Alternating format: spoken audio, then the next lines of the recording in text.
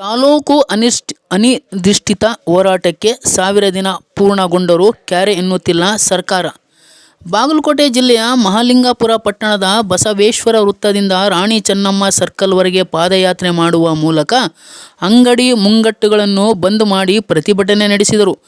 ನಂತರ ಚೆನ್ನಮ್ಮ ಸರ್ಕಲ್ಗೆ ಬಂದು ಮಾನವ ಸರಪಳಿಯಿಂದ ರಸ್ತೆ ತಡೆದು ಬಂದ್ ಮಾಡಿ ಪ್ರತಿಭಟನೆ ಮಾಡುವ ಮೂಲಕ ಸರ್ಕಾರಕ್ಕೆ ಬಿಸಿ ಮುಟ್ಟಿಸಿದರು. ಇದೇ ಸಂದರ್ಭದಲ್ಲಿ ರೈತ ಸಂಘಟನೆ ಹಾಗೂ ಪ್ರಗತಿಪರ ಸಂಘಟನೆಗಳು ಈ ಪ್ರತಿಭಟನೆಯಲ್ಲಿ ಭಾಗಿಯಾಗಿದ್ದರು. News bureau Shanur ಗೋಲಂಬಾವಿ.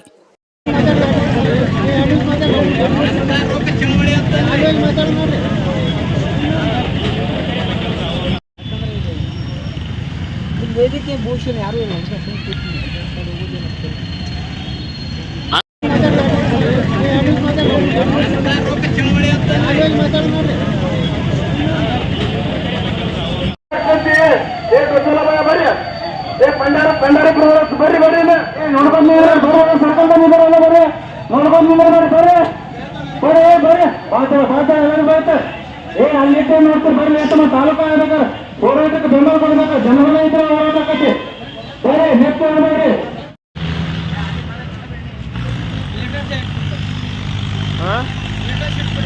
ಬಂದ್ ಮಾಡಿ ತಮ್ಮೋಡ್ರಿ ಬರೋರು ಎಲ್ಲರೂ ಕೂಡ ಬರ್ರಿ. ನಿಮ್ಮ ವ್ಯಾಪಾರ ಬರ್ರಿ ಯಾರು ಸಾಹಿತಿಗಳವರು ಇವತ್ತು ಅವ್ರನ್ನ ನಾಲ್ಕು ಮಾತಾಡ್ಬೇಕಂತ ಅವ್ರಿಗೆ ಅನ್ಸ್ಬೇಕು. ಮಹಾಲಿಂಗಪುರದ ಮಹಾಜನತೆಯಲ್ಲಿ ಇವತ್ತು ಮಹಾಲಿಂಗಪುರದ ತಾಲೂಕಿನ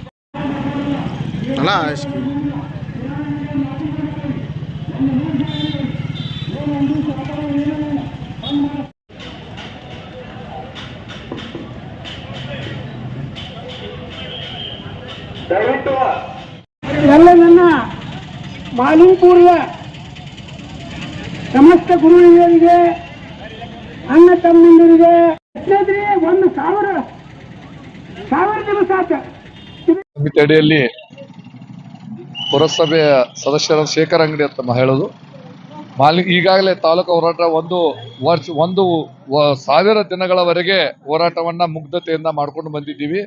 ಈಗಾಗಲೇ ತಾಲೂಕಾ ಹೋರಾಟ ಸಮಿತಿ ಅಧ್ಯಕ್ಷ ಸಂಗಪ್ಪ ಹಲ್ಲಿ ಅವರ ಒಂದು ನೇತೃತ್ವದಲ್ಲಿ ಇವತ್ತು ಬೃಹತ್ ಪ್ರತಿಭಟನೆ ಹಮ್ಮಿಕೊಂಡಿದ್ದೀವಿ. ಮಾನ್ಯ AC ಸಾಹೇಬರು ಇನ್ನು 3 ದಿನಗಳೊಳಗಾಗಿ ಜಿಲ್ಲಾಧಿಕಾರಿಗಳನ್ನ ಕರೆಸಿ ಅವರದ್ದು ಚರ್ಚಿಸುವಂತ ಒಂದು ವ್ಯವಸ್ಥೆಯನ್ನ ಈಗ ಆಶ್ವಾಸನೆ ಕೊಟ್ಟ ನಂತರ ಈ ಒಂದು ಹೋರಾಟವನ್ನ ನಾವು ಹಿಂಪಡೆದಿದ್ದೀವಿ.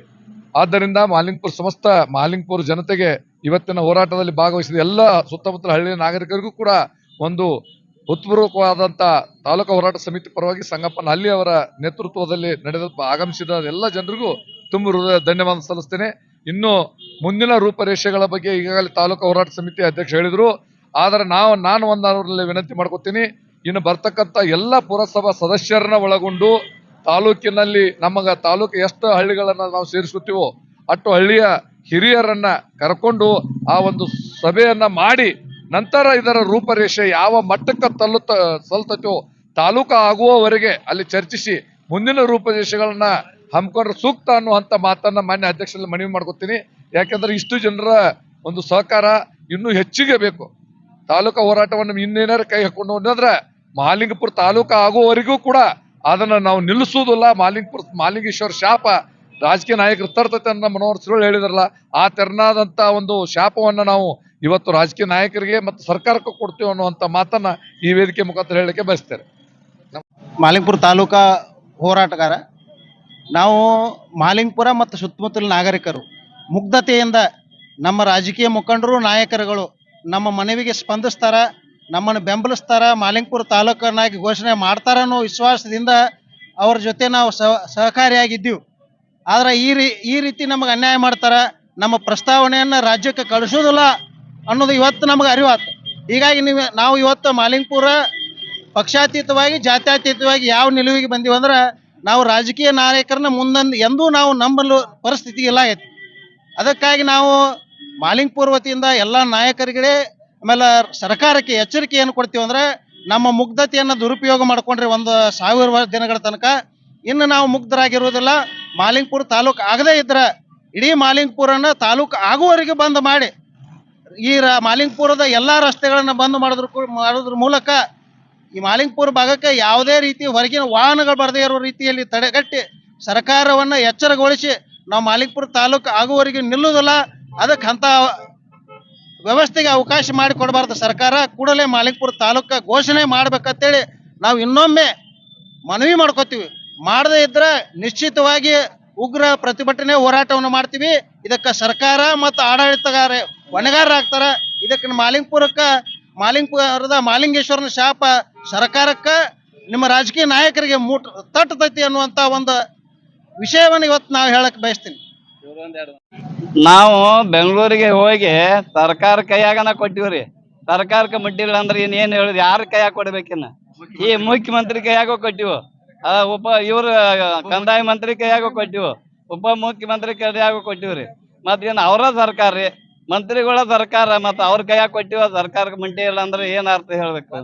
ಅದಕ್ಕ ಒಂದು ಬೊಮ್ಮಾಯಿ ಸರ್ಕಾರ ಇದ್ದಾಗ ನಮಗೊಂದು ಆದೇಶ ಮಾಡಿದ್ರ, ಮಾಲಿಂಗ್ಪುರ, ಬಂಕಾಪುರ, ಸಂಕೇಶ್ವರ ಹಿಂಗ ಒಂದು 6 ಊರುಗಳನ್ನ ನಾವು ಆದೇಶ ಮಾಡಿದ್ವಿ.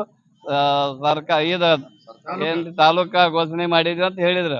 ಒಂದು ಪತ್ರನು ಕೊಟ್ರಿ, ಮಾನ್ಯ ನಮ್ಮ ಶಾಸಕರು ತಂದು ಕೊಟ್ಟಿದ್ರು. ಆದ್ರೆ ತದನಂತರ ಸರ್ಕಾರ ಡಿಸಾಲ್ವ್ ಆಯ್ತು. ಮುಂದೆ ನಮ್ದು ಅದು ಅಲ್ಲಿಗೆ ಉಳಿದ್ ಬಿಡ್ತು. ಆಮ್ಯಾಗ ನಾವು ಸಿದ್ದರಾಮಯ್ಯನವ್ರಿಗೆ ಭೇಟಿ ಆದ್ವಿ ವಿರೋಧ ಪಕ್ಷದ ನಾಯಕರಿದ್ದಾಗ. ಅವ್ರು ಏನ್ ಹೇಳಿದ್ರು, ನಾವು ವಿರೋಧ ಪಕ್ಷದ ನಾಯಕ ಈಗ ಮುಂದಿನ ದಿನಗಳಲ್ಲಿ ನಮ್ಮ ಸರ್ಕಾರ ಬಂದ ಕೂಡಲೇ ನಾವು ಮಾಲಿಂಗ್ಪುರ ತಾಲೂಕಾ ಘೋಷಣೆ ಮಾಡ್ತೀವಿ ಅಂತ ಮಾತು ಕೊಟ್ಟಿರು. ಅದೇ ರೀತಿ ಸರ್ಕಾರ ರಚನೆ ಆಗಿ ಸಿದ್ದರಾಮಯ್ಯ ಸರ್ಕಾರ ರಚನೆ ಆಗಿ ಒಂದ್ 2 ತಿಂಗಳದಾಗ ಮತ್ತೆ ಮಾಲಿಂಗ್ಪುರ ಮಹಾಜನತೆಗಳನ್ನ ಕರ್ಕೊಂಡು ಹೋಗಿ ನಾವು ಸಿದ್ದರಾಮಯ್ಯ ಸಾಹೇಬರಿಗೆ ಮನೆಗೆ ಉಮಾಶ್ರೀ ಅವರು ಇದ್ರು, ಇಲ್ಲಿ ಎಲ್ಲ ನಮ್ಮ ಲೀಡರ್ಸ್ ಇದ್ರು. ಹೋದಾಗ ಮತ್ತೆ ಏನಂದ್ರ ಸಿದ್ದರಾಮಯ್ಯನವರು ನಮಗೆ ಟೈಮ್ ಕೊಡ್ರಿ, ನಾವು ಮಾಡ್ತೀವಿ ಅಂತ ಹೇಳಿ. ಅದೇ ರೀತಿ ಕಂದಾಯ ಮಂತ್ರಿ ಅವ್ರಿಗೆ ಭೇಟಿ ಆದ್ವಿ, ಅವರು ಮಾಡ್ತೀವಿ ಅಂತ ಮಾತು ಕೊಟ್ಟಿರು.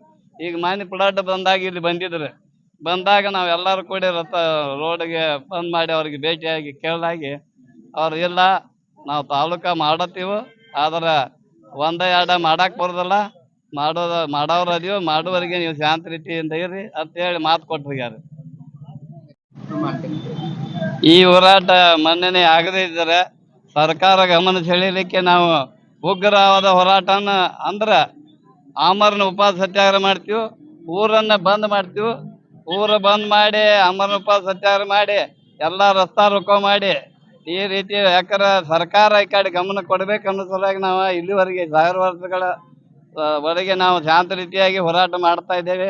ಆಮರಣ ಉಪವಾಸ ಮಾಡಿದೀವಿ, ಸರದಿ ಉಪವಾಸ ಮಾಡಿದೀವಿ. ಎಲ್ಲಾ ಹಳ್ಳಿಗಳ ಜನರು ಎತ್ತಿನ ಗಾಡಿ, ಟ್ರ್ಯಾಕ್ಟರ್ಗಳ ಮುಖಾಂತರ ಬಂದ ನಮ್ಮ ಹೋರಾಟದಲ್ಲಿ ಭಾಗವಹಿಸಿದ್ರು.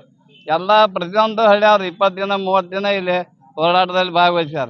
ಆದ್ರೆ ಇನ್ನುವರೆಗೆ ಸರ್ಕಾರ ಎಚ್ಚೆತ್ತುಕೊಳ್ಳದೆ ಇದ್ದರೆ ನಾವು ಉಗ್ರವಾದ ಹೋರಾಟ ಅಂದ್ರೆ ರೋಡ್ ರಸ್ತಾ ರೋಕೋ, ಊರು ಬಂದ್ ಮಾಡೋದು, ಎಲ್ಲಾ ಗಾಡಿಗಳನ್ನ ಸರ್ಕಾರಿ ಬಸ್ಗಳನ್ನ ಬಂದ್ ಮಾಡಿ ಉಗ್ರ ಹೋರಾಟ ಕೈಗೊಳ್ತೀವಿ ಅಂತ ಹೇಳಿ ನನ್ನ ಮಾತು.